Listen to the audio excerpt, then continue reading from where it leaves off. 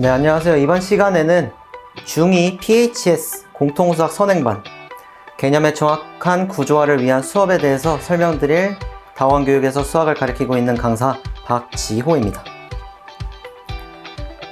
네, 먼저 그러면 지금 공통수학 선행이 필요한 이유부터 세 가지 말씀드릴 텐데요. 첫 번째로는 나선형 교육과정과 기초 강화, 그리고 두 번째로는 복잡한 유형, 그리고 양 대비, 그리고 마지막으로 내신 및 입시 대비, 크게 이 세 가지 측면에 대해서 공통수학 선행에 필요한 이유를 설명드리도록 하겠습니다.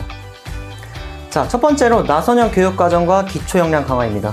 자, 나선형 교육과정이라 함은 기본에서 점점 나선이 커지면서 심화까지 진행되는 교육과정을 의미합니다. 그래서 지금 목차를 보시면 중2-1 수학 목차에서 중3-1 공통수학 1로 갈수록 지금 수학 목차가 어떻게 되는 게 보이시나요? 네, 아주 길어지고 심화되는 거 보이시죠? 그래서 지금 보시면 중2-1에서 배웠던 내용이 중3에도 나오고 공통수학 1에도 나옵니다. 반대로 중3 때 나왔던 내용이 공통수학 1에도 나오고요. 그럼 그 반대로 공통수학 1을 배우면 중2 그리고 중3 때 배웠던 내용을 어떻게 될까요? 그렇죠. 한번 복습하는 과정도 된다고 볼 수 있겠습니다. 자, 다음으로는 복잡한 유형과 양 대비 측면입니다. 자, 보시면 왼쪽은 지금 중3 교과서고요. 왼쪽은 제가 가져온 공통수학의 교과서인데요. 자, 중3 교과서는 지금 보시면 그림도 있고 식이 상대적으로 적고 좀 친절합니다. 그에 비해서 공통수학 1 교과서로 오시면 이제 식이 되게 길어지면서 문자가 많아지는 것을 확인하실 수 있습니다. 그렇다면 학생들은 이 교과서 측면에서도 봤을 때 공통수학에서 올수록 식이 많아지고 좀 교과서도 어려워지는구나를 체감할 수 있겠죠. 자, 마지막으로 내신 그리고 입시 대비 측면입니다. 자, 이제부터 고등 내신이 5등급제로 바뀌었는데요. 지금 표를 보시면 예전 9등급제 기준으로 따졌을 때 1, 2등급 인원이 이제 5등급제에서는 1등급 인원 정도가 되고요. 그리고 3, 4등급 인원이 이제 2등급제 인원 정도가 됩니다. 그래서 다시 말씀드리면 5등급제에서는 이제 한 등급 차이가 예전 9등급제보다는 훨씬 커졌다는 것을 의미할 수 있습니다. 그러면 학생들이 고등학교 내신이 이만큼 중요해졌는데 이거에 대한 내신 대비를 언제 해야 될까요? 고등학교 이제 첫 중간고사가 4월 중순에 있는데 3월에 입학해서 시작하면 늦겠죠? 그래서 중2 지금부터 한번 공통수학을 한번 쭉 훑어보면서 개념을 훑어보는 게 굉장히 중요하다고 말씀드릴 수 있겠습니다. 그래서 제가 가져온 게 이제 중3 이제 내신 기출문제와 공통수학의 기출문제인데요. 지금 딱 문제를 보셨을 때 아마 딱 체감이 되실 거예요. 자, 중3은 딱 문제가 2줄 정도로 그래도 네, 그날 배워서 그날이 아니죠.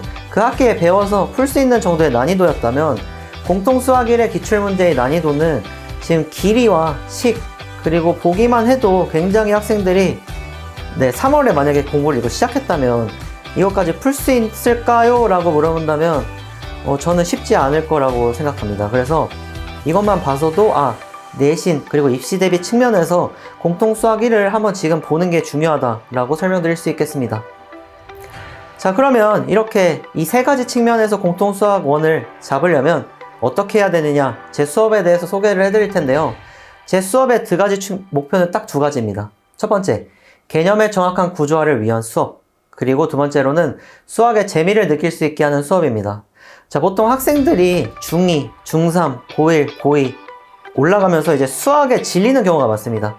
앞에서 보셨겠지만 중등 수학에 비해서 고등 수학은 식도 많아지고 외워야 될 것도 물론 생기고요. 그리고 풀이도 길어지다 보니까 학생들이 풀면서 점점 수학에 질리는 경우가 많습니다. 그러면 여기서 학생들이 수학의 재미를 느끼려면 어떻게 해야 될까요? 네, 동기부여가 돼야겠죠. 그럼 동기부여는 어떻게 될까요? 그렇죠. 학생들이 수학을 풀면서 자기가 풀 수 있다는 효용성을 느끼게 해주는 게 중요합니다. 그래서 저는 단순히 풀고 끝나는 게 아니라 너네가 이만큼 벌써 풀었다, 이렇게 학생들이 해온 측면에 대해서도 당근과 채찍을 적절히 제공할 생각입니다. 그래서 이 개념한 정확화는 당연히 중요하고요. 그에 빠지지 않게 수학의 재미를 느끼게 하는 수업, 이 두 가지를 제 수업의 목표라고 설명드리겠습니다. 그래서 제 수업의 교재는 이제 개념서로는 수학의 바이블, 그리고 유형성화, 그리고 자체 프린트, 이제 노답 노트, 오답 노트 이렇게 네 가지로 구성되는데요. 그럼 오답 노트에는 어떻게 구성이 되느냐? 일단 저는 이 매 수업 전에 복습 테스트를 진행합니다. 그럼 복습 테스트는 어떤 게 들어가느냐? 전 시간 배운 내용, 그리고 전 시간 배운 유형에 대한 이 질문들이 들어갑니다. 그러면 이제 질문이 드실 수 있는 게 그러면 전전 시간 아니면 전전전 시간에 배운 내용들은 어떻게 하느냐. 그래서 저는 이제 이 복습 테스트를 누적적으로 구성합니다. 그래서 예를 들어서 5주차 수업이다. 그러면 그전 홀수차 있죠. 1, 3주차에 배웠던 내용들도 제가 중요하다고 생각하거나 학생들이 자주 틀린 유형에 대해서는 뽑아서 넣습니다. 그럼 예를 들어서 6주차다. 그러면은 그쵸, 짝수주차니까 2주차, 4주차에 학생들이 틀렸던 유형과 개념에 대해서도 이렇게 누적적으로 복습 테스트를 진행할 생각입니다. 그래서 복습 테스트를 진행하고요. 그리고 개념 설명과 문제풀이를 진행하고 이제 일간 테스트까지 진행하는데 이제 일간 테스트는 그날 배운 내용과 그날 배운 유형에 대한 질문들이 들어갑니다. 그래서 이렇게 테스트에서 틀린 내용, 그리고 학생들이 과제에서 틀린 내용, 그리고 학생들이 저에게 이제 풀면서 이 부분에서 제가 막힙니다. 그래서 단순히 틀린 부분에 대한 별붙임 문항 번호를 보내는 것이 아니라 제가 요만큼은 풀었는데 여기서 더 나아가야 될지 어떻게 나아갈지 길이 안 보입니다. 그래서 이런 부분까지 저한테 찍어서 카톡으로 보내면 제가 이 부분들에 대한 종합적인 검토를 해서 학생 개별적으로 오답 노트를 만들어서 제공할 생각입니다. 그래서 오답 노트는 이렇게 구성이 되고요. 그래서 이 오답 노트를 바탕으로 이제 매주 이제 개별적인 1대1 클리닉을 진행하는데요. 클리닉에는 어떤 것들이 들어가느냐?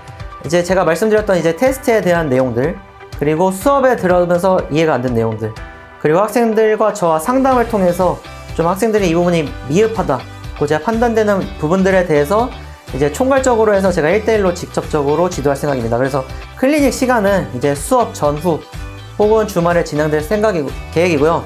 그건 학생들과 이제 시간 조정을 해서 진행할 생각입니다.